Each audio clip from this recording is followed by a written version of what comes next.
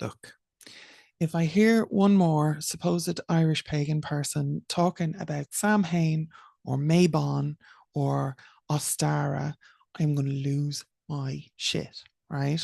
So let's fix this. Irish pagan holidays are rooted in native lore and our living culture, and they offer this rich, authentic spiritual practice and experience, which is very distinct from the popular eightfold wheel of the year that's found in broader neo pagan circles. Understanding the Irish names, the pronunciations, the historical context, the folklore traditions that still are part of our living tradition here on the island really honours the land, the people, and the continued vitality of Irish language, Irish culture, Irish heritage, and contemporary Irish spirituality, right? So please do follow along for a practical guide with respectful, inclusive insights and a clear, easy practice at the end so that you can do this, not just learn about it, but you can actually do this for yourself. So, Fáilte, you're very, very welcome. I am Lora O'Brien, and this is the Irish Pagan School's somewhat in depth for a video anyway, guide to Irish pagan holidays or festivals with real Irish language pronunciation and native context, as usual from us. So, whether you're brand new to Irish spirituality, frustrated by misinformation online, or you're just never connected to pagan holidays, pagan festivals, the wheel of the year, and you're just seeking something that is more authentic, more respectful, a way to connect and build relationship, then please do settle in.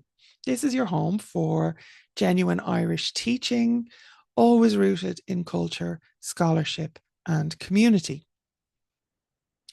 So, why do Irish pagan holidays matter? All around the world, and it's questions that we get all the time.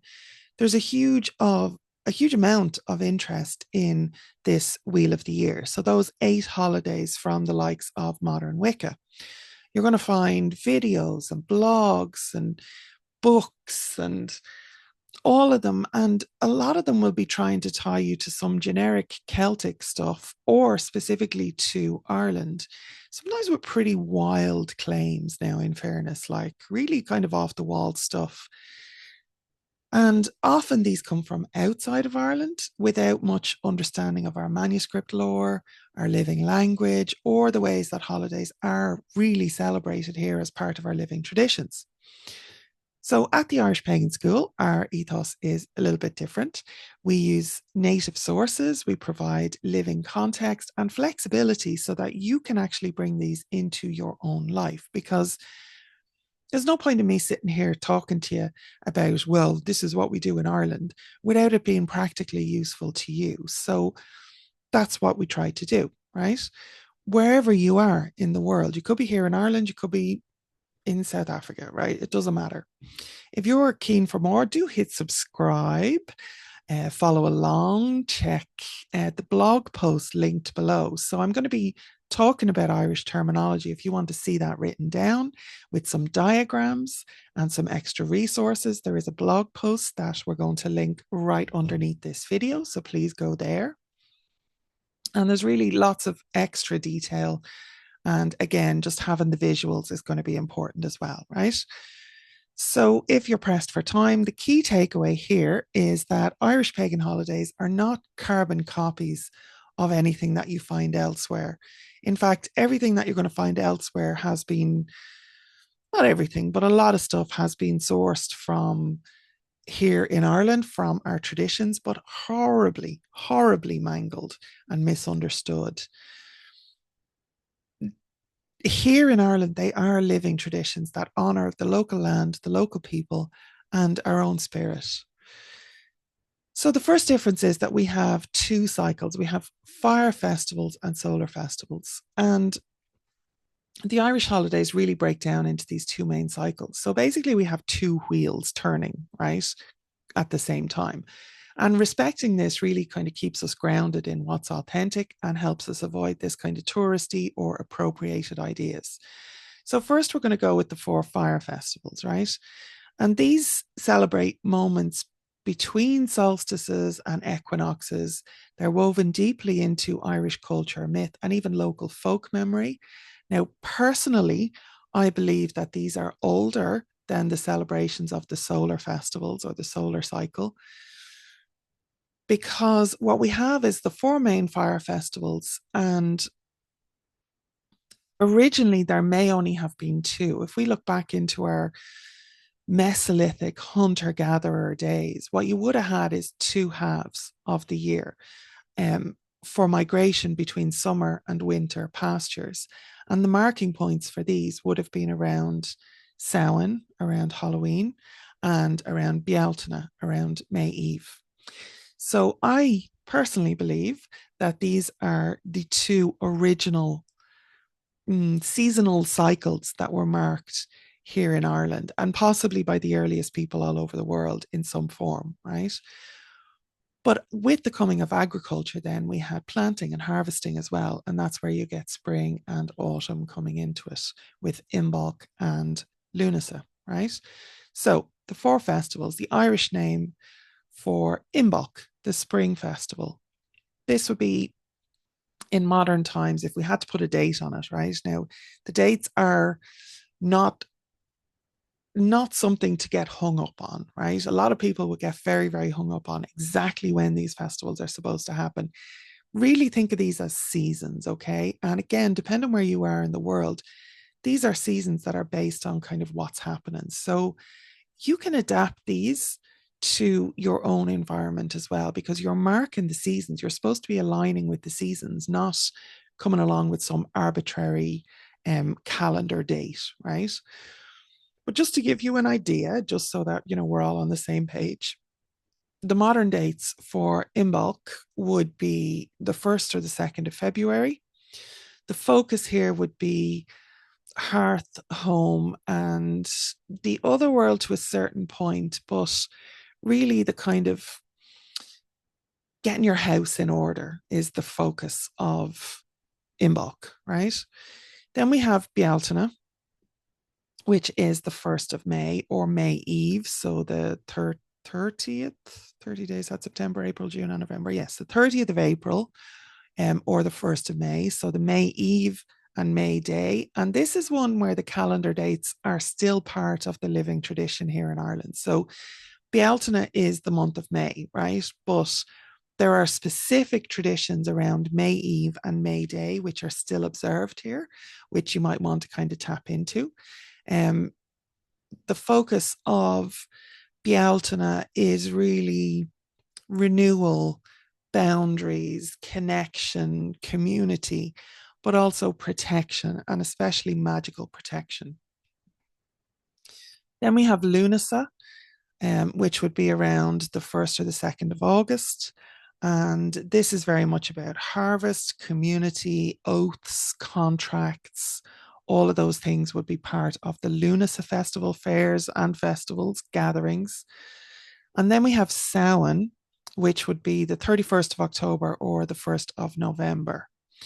And this is about ancestors, change, liminality. Again, the other world as well is very, very close around Samhain and Bealtaine, to be honest.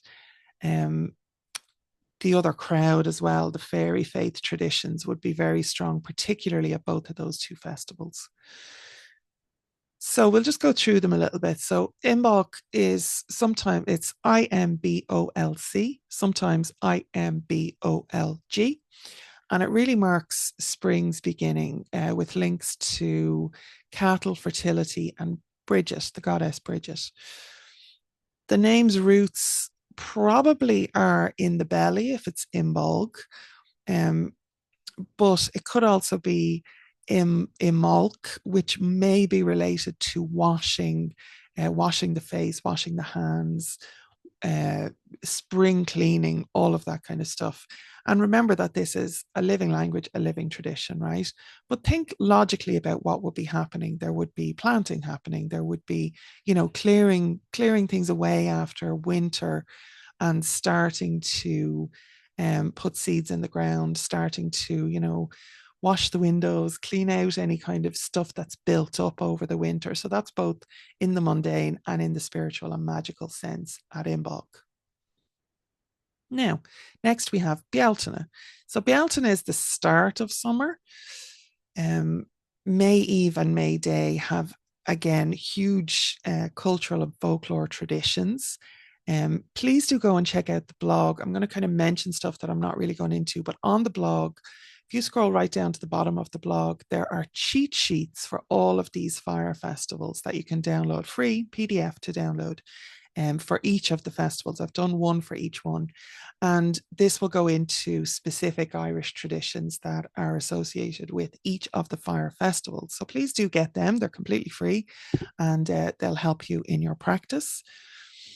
So there's customs at Bealtaine around bonfires, protection, especially protection from the Sidhe, but also protection from like jealousy or people stealing your wealth, like as in your neighbors or, you know, people coming to your house, thresholds, boundaries, all of that. So please do use the Irish pronunciation of Bealtaine. A lot of people will anglicize it to Beltane, and I know that there's some Scottish language stuff in there as well.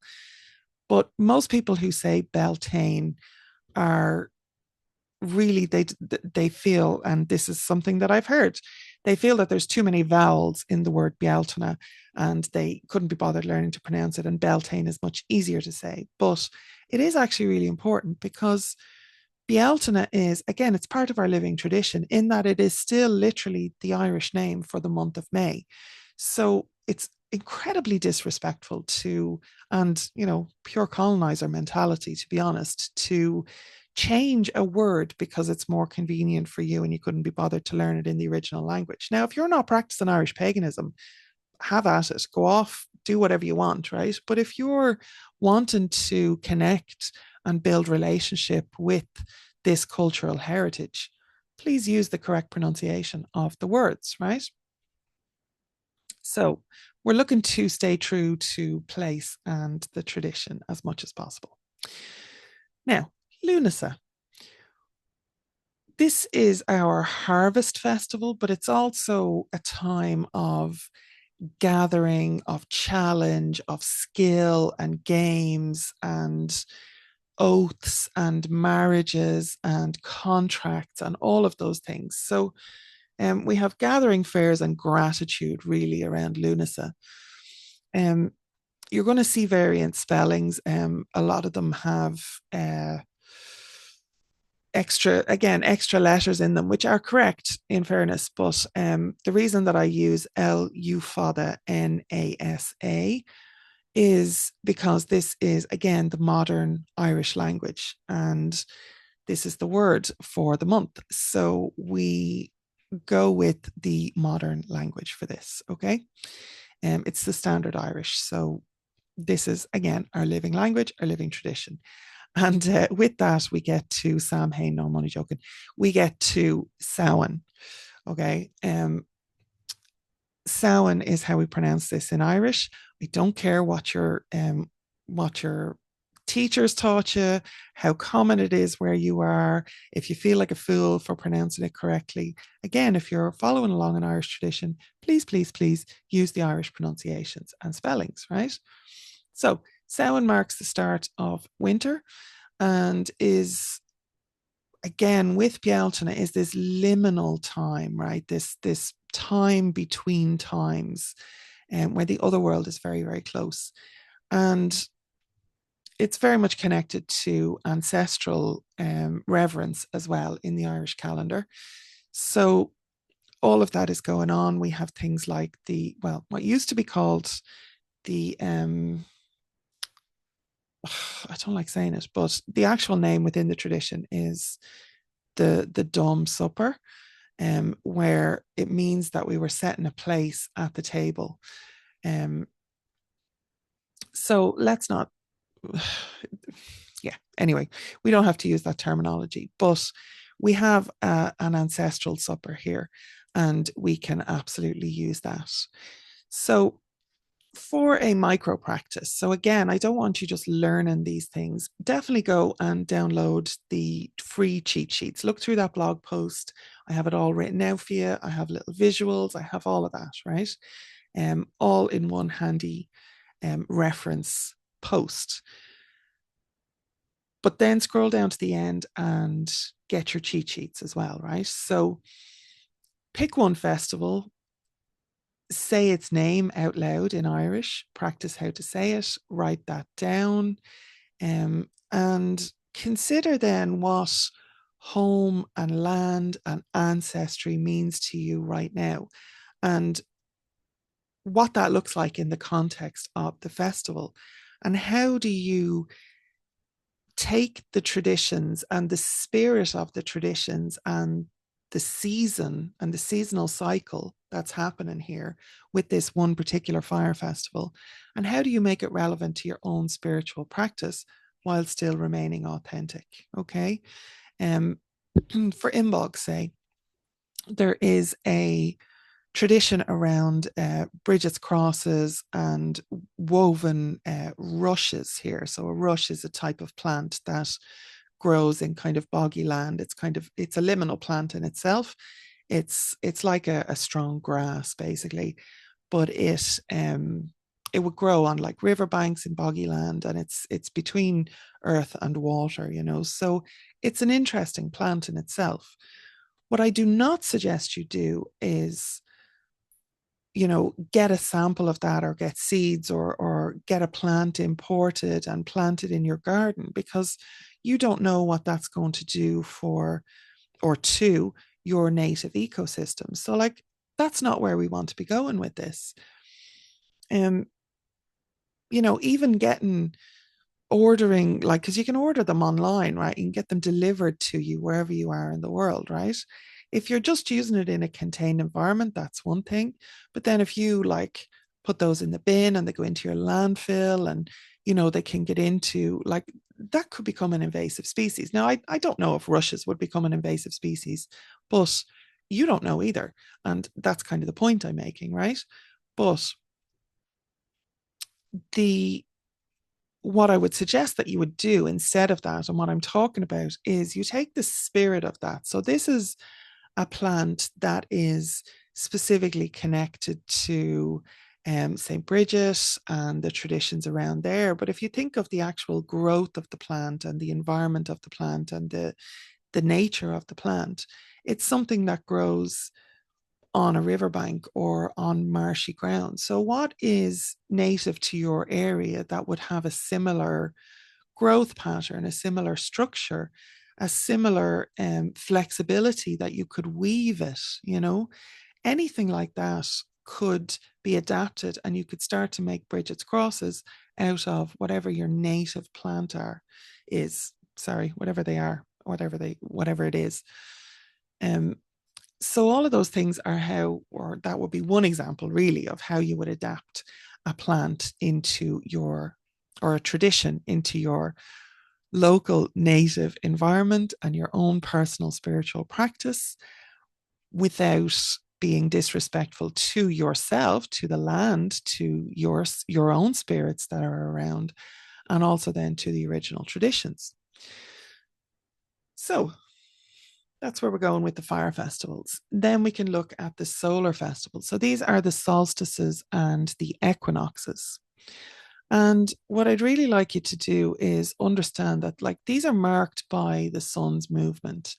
And like some Wheel of the Year lists will use names like Ostara or Mabon. None of them are Irish, and we don't go with that, right? In Irish practice, we name them by the seasons themselves. So what you could have is Arach for the spring equinox, which is balance and renewal. And I'll have like Irish language sources. I'm just trying to keep it simple in the video, but there's like full Irish language translations and sources in that blog post for all of these. So please go and look them up, right? But Arach would be spring equinox, and that would be about balance and renewal. Saura would be summer for the summer solstice. That would be light and strength. 4 would be autumn for the autumn equinox, and that would be harvest and letting go. And then Givra would be winter, and for the winter solstice, and that would be like darkness and dreaming. So the spring equinox is in March. The equinoxes and the solstices, they are dependent on the literal position of the sun in the sky. So what we're doing is we're basically looking up where the dates are important and the timing is important for these ones, because they are very specific solar events. So obviously we want to be, tapping into that. But they are different every year. Now, they will fall within a range. So it's usually between 19th, 20th, 21st, 22nd, right? It's somewhere in those. Most people will simplify it to the 21st, but you can actually look up exactly, and you should really look up exactly when they are. Within those kind of date ranges. So again, 19th, 20th, 21st, 22nd would be the range. And then for the spring equinox, it would be in March. For the summer solstice, Grianstad an Saora, literally the stopping of the sun in the summer. And that is that's in June, sorry, June, again within that date range. For the autumn equinox would be September. So that would be again between the 19th, 20th, 21st, 22nd of September. And then the winter solstice would be somewhere in that date range in December. So you have those they shift every year.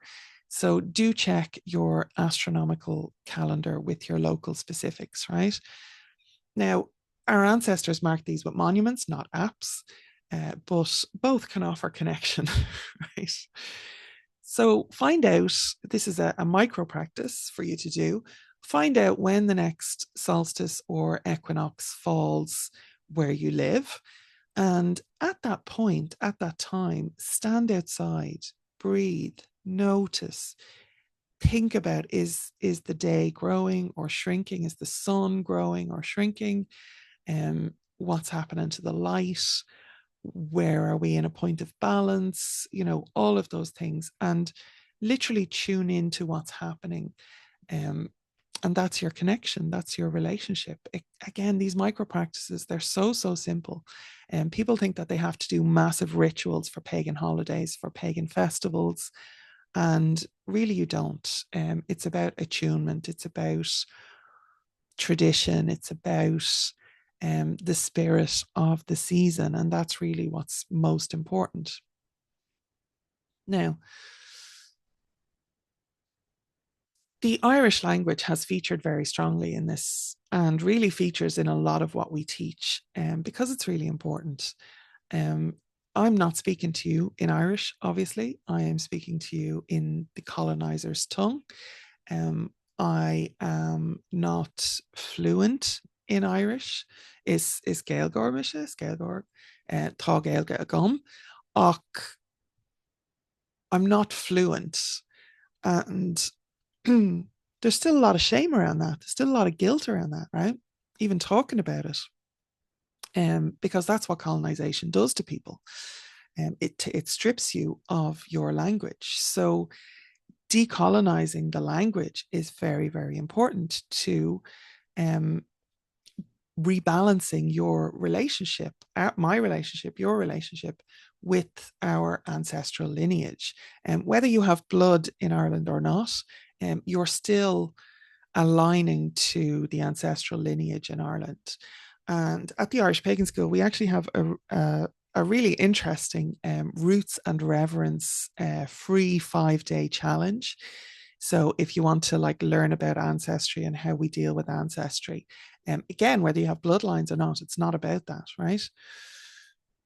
You can go to irishpagan.school/roots or OOTS. I'll link this below as well.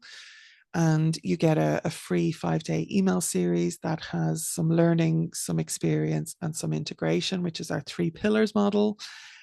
We have a free resource on that, but that's a lot for you to be getting on with, right?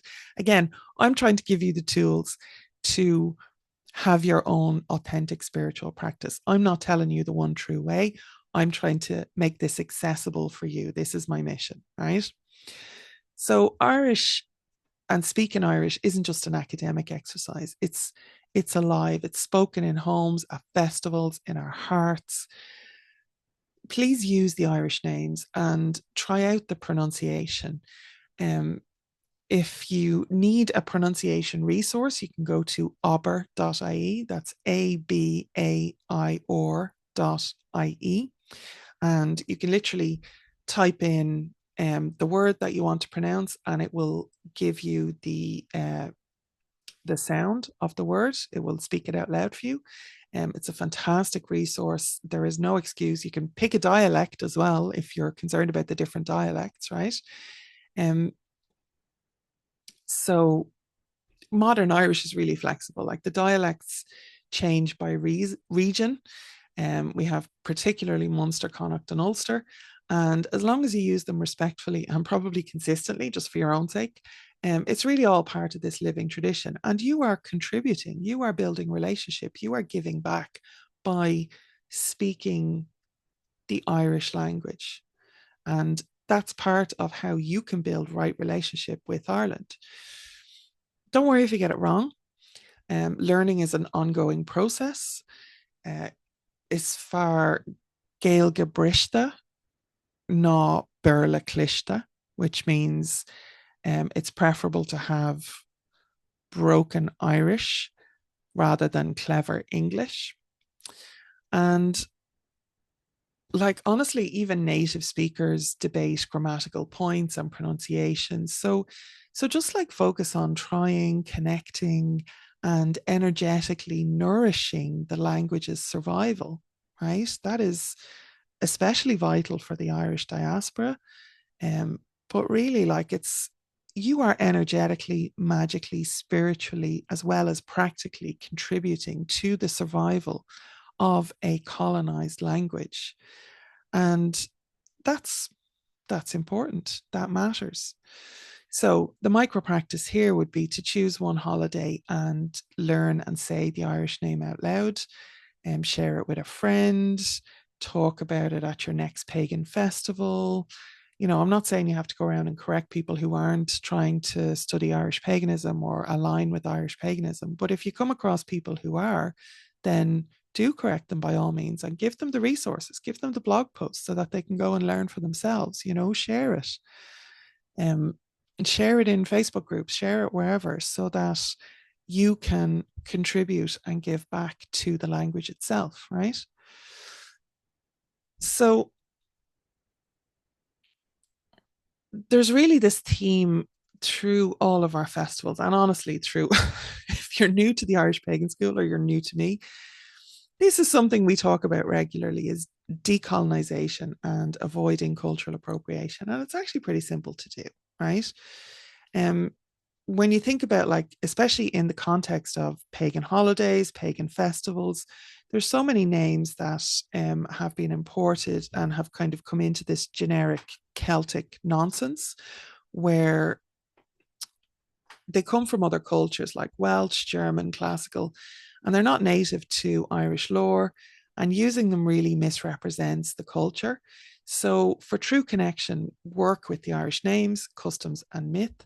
And then you can go through Irish scholarship like Dahio Hogan's work, Duchas.ie for the folklore, and that's our national folklore collection. You can look up the digital archive and see what's happening around various times of the year and traditions.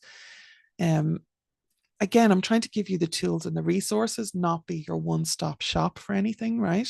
But this is what helps us discern and align with really authentic practice. So when in doubt, please choose Irish sources over general, like, Celtic ones, because it's like respectful, it's more rooted, and it's going to give you, to be completely like selfish about it as well, or self-focused about it, it's going to give you a better spiritual practice, a better spiritual experience, more just richer and more connected, right?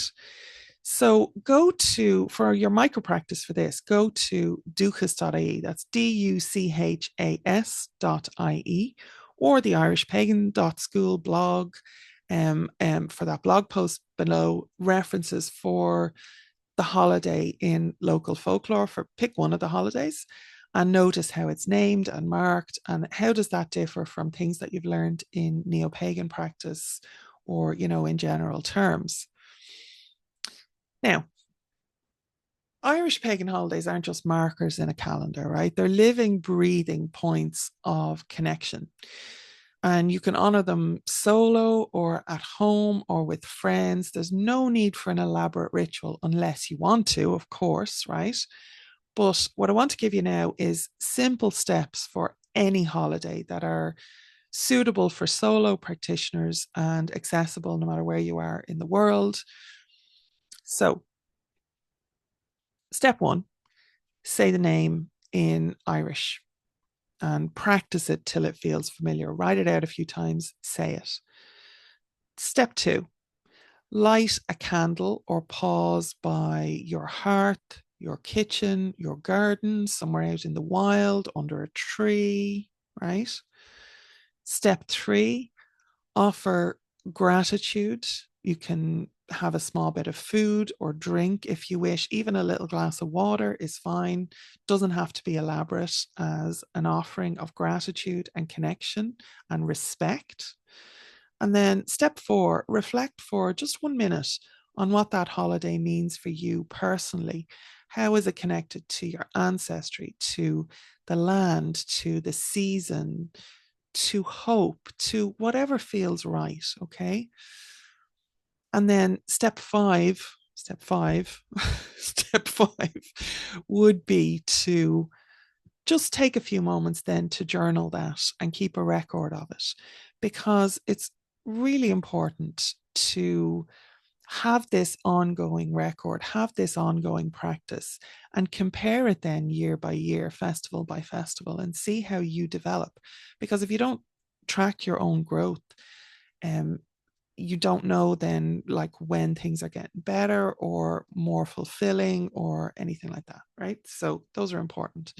So for a recap, Irish pagan holidays come in 2 cycles. We have fire festivals and solar festivals. Use Irish names and pronunciation for authenticity. The dates are cyclical and seasonal for the fire festivals, and there is a fixed but changeable date for each of the solstices and equinoxes, the solar festivals. Traditionally, they were marked by local land, community, and living culture traditions. And primarily the focus for anybody engaging with Irish pagan holidays or Irish pagan festivals is respect, decolonization, and genuine connection and relationship, right? So if you want more, please check the blog post below. There's extra detail, diagrams, all of that, right? There's the downloadable cheat sheets. They're just for the fire festivals now, not for the solstices and equinoxes, but you'll have one for Imbolc, Bealtaine, Lunasa, and Samhain. And they're quite comprehensive in a lot of ways, for a free PDF, but it will definitely give you extra depth to get started. And the blog post itself then will give you the visuals as well, which is important too for those of us who learn in that way, right? Maybe even go and have the blog post open and then go through the video again so that you can see the words as I'm saying them as well. That will help with connection and memory. Leave a comment below as you watch this video. What is the next festival that's coming up? And do you plan to practice it? Or what is the festival just gone? What is the Irish pagan holiday that we've just had? And how did you honor it? I would love to read the comments on that. I would love, love, love to share in a community comment space to share that information between yourselves as well. That would be amazing. And then like share this video, subscribe to the channel, definitely hit the bell for notifications, all of that. But like share it around and help us bring genuine Irish pagan education to the world, because together we are keeping these traditions alive and vital and important, right? So thank you so much, Gura Mahagut, for joining me. I really appreciate your time, your effort, your energy, your interest. Again, without that, what am I at? I'm at nothing, right?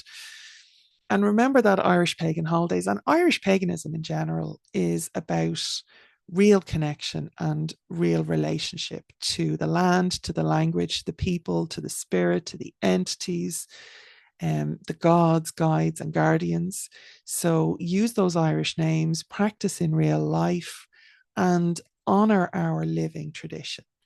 Slán go fóill.